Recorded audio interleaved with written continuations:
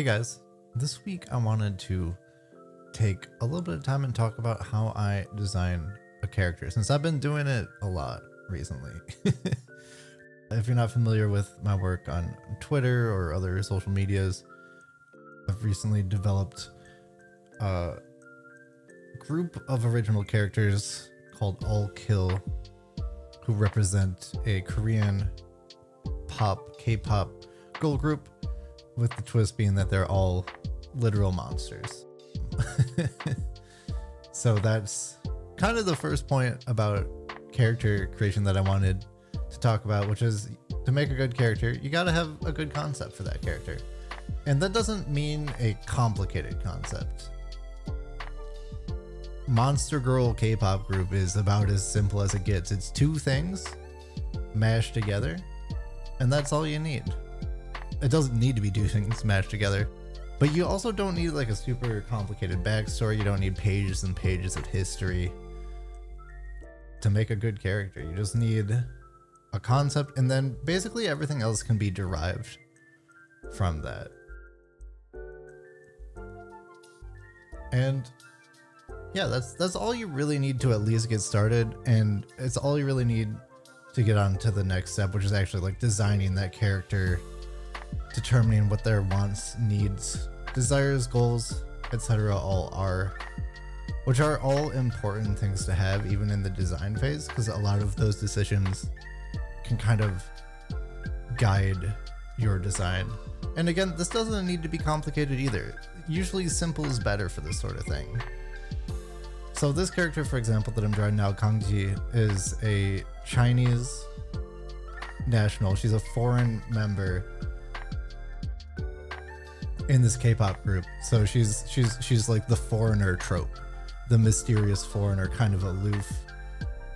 She's also the rapper for the group, so she's got sort of like a hip-hop vibe to her. She's got she's dripping with swag, you know. But, you know, again, it doesn't need to be complicated. You can go with tropes. You can go with archetypes. Like, that's fine, because that's not what makes your character your character.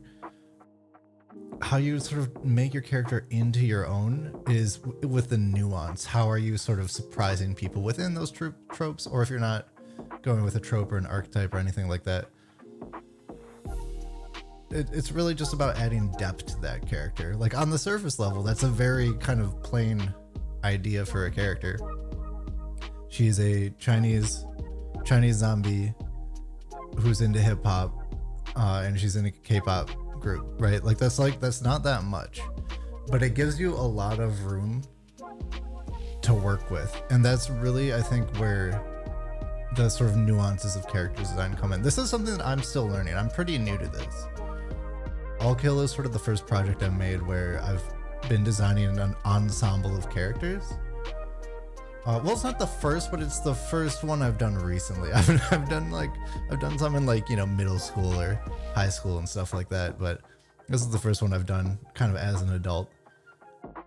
And yeah, you can add depth to your characters in a bunch of different ways. I'm spending a lot of time drawing kind of a fishnet top for her, which was a huge pain to do, but that's like one of her things. She's really into fishnet. And these goals and desires and like quirks, they don't need to be massive, you know. It can be like she's into fishnet. That's just something that she's into. So she's always wearing like some kind of fishnet clothing. And I also sort of, because she's got this like hip hop swagger and she's into fishnet, my sort of logical next step was like, all right, she's probably got some like weird fashion choices. So I gave her a bucket hat and some harem pants, because I'm like, all right, these are things that have been fashionable before. They might be fashionable in the future. They might be fashionable like now. Like bucket hats are kind of seeing a renaissance right now at the time of this recording. Harem pants, I don't think I've seen recently. But at the same time, she's got like this quirky fashion, and it kind of works with her because, you know, she's rocking it. You know, she's still like got that swaggy vibe about her, so it doesn't really matter, and it just ends up adding to her character. So when you're thinking of like specifically clothing, you want to have clothing that complements your character, because if you're especially in visual art, like that's basically what's going to define them for a lot of people, is what they're wearing. Especially in the case of this character where like most of her face is covered up. That's going to be a huge defining factor. So how do you decide what to dress your character in? I go to the real world of fashion often. I'm interested in fashion in my personal life. I really enjoy clothes and shopping for clothes and looking at clothes. Women's and men's. So like, you know, real life, especially if you're doing a more modern setting, is a great inspiration. Even if you're doing sort of a fantasy or magical setting, you can still get a lot of headway by looking at modern fashion and being like, okay, what would that look like in the 18th century or something like that? And you could probably design like a really interesting outfit for your character that way too. But that's about it for like clothing. But again, you know, just making sure it reflects your character. Adding some details is really nice. She's decked out in gold jewelry. She really likes gold. So gold, you know, fishnet are her things. And she's got this like little pin on her hat that has like a dead guy face on it, and her shirt is literally gonna say dead on it. You know, it's really kind of leaning into the theme, but in a way that's kind of charming and endearing. And I don't know if there's a formula for that, but you know, don't be afraid to embrace your trope. Don't be afraid to embrace like a stereotype or anything like that, because it can kind of like, you can kind of transform it and make it your own. You know, zombies have been done before. This specific brand of Chinese zombie has been done before. It's probably even been done with like a hip hop concept before. Like, I don't think any of this is particularly original, but I do know that this character is my character because every sort of choice I'm making is driven not just solely by those tropes, but by how she carries herself into those tropes. So when you're designing a reference sheet, what I do is I usually do a front facing picture and a backwards facing picture. So that's what I'm doing right now, is I'm just cleaning up the perspective to make it work when she's facing behind. I just copy the thing over, flip it, and then manually change what needs to be changed to make it a back view. A lot of people for reference sheets, I've seen them do side views. I haven't found that to be particularly necessary.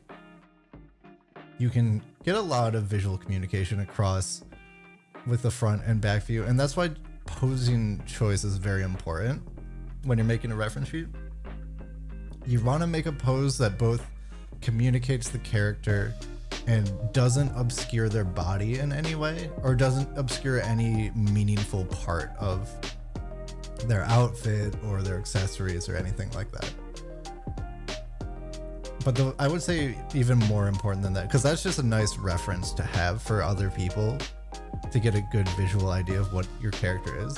But even more important than that, I think, is having that pose communicate something about your character's personality, about their, you know, desires, their goals, you know, their quirks.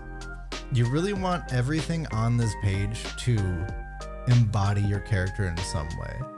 There's a classic piece of writing advice that I often adhere to, which is that every sentence that you write in a story should either progress the plot forward or develop your characters. And I think that really applies to art too. If you have something on a reference sheet that isn't developing the character that you're attempting to create reference for, then it's not really helping anybody. You really want to make sure every single detail is in service to this character and what they really embody. It doesn't need to be super meaningful. Like, they can have really meaningful things. Another one of my characters has a necklace that she cares deeply about, to the point where she would like burn down a town in order to find this necklace. But she also has other jewelry too that she just has because she's like a fashionable person, and that's okay to have too. That's still developing that character as a fashionable person. Like, it doesn't all need to be on the scale of, you know, the world's gonna end or anything like that. This is another little thing I like to do with my characters. that I started doing recently, which is to make just like kind of a mini like 2 or 3 panel comic that describes a quirk about them in more detail that would be required from just the image itself. So for this example, you can read it. She's got this magical seal over her face like the Chinese kind of zombie vampires do, and without it she just turns into a normal dead body. So she's always got to kind of have that seal on her.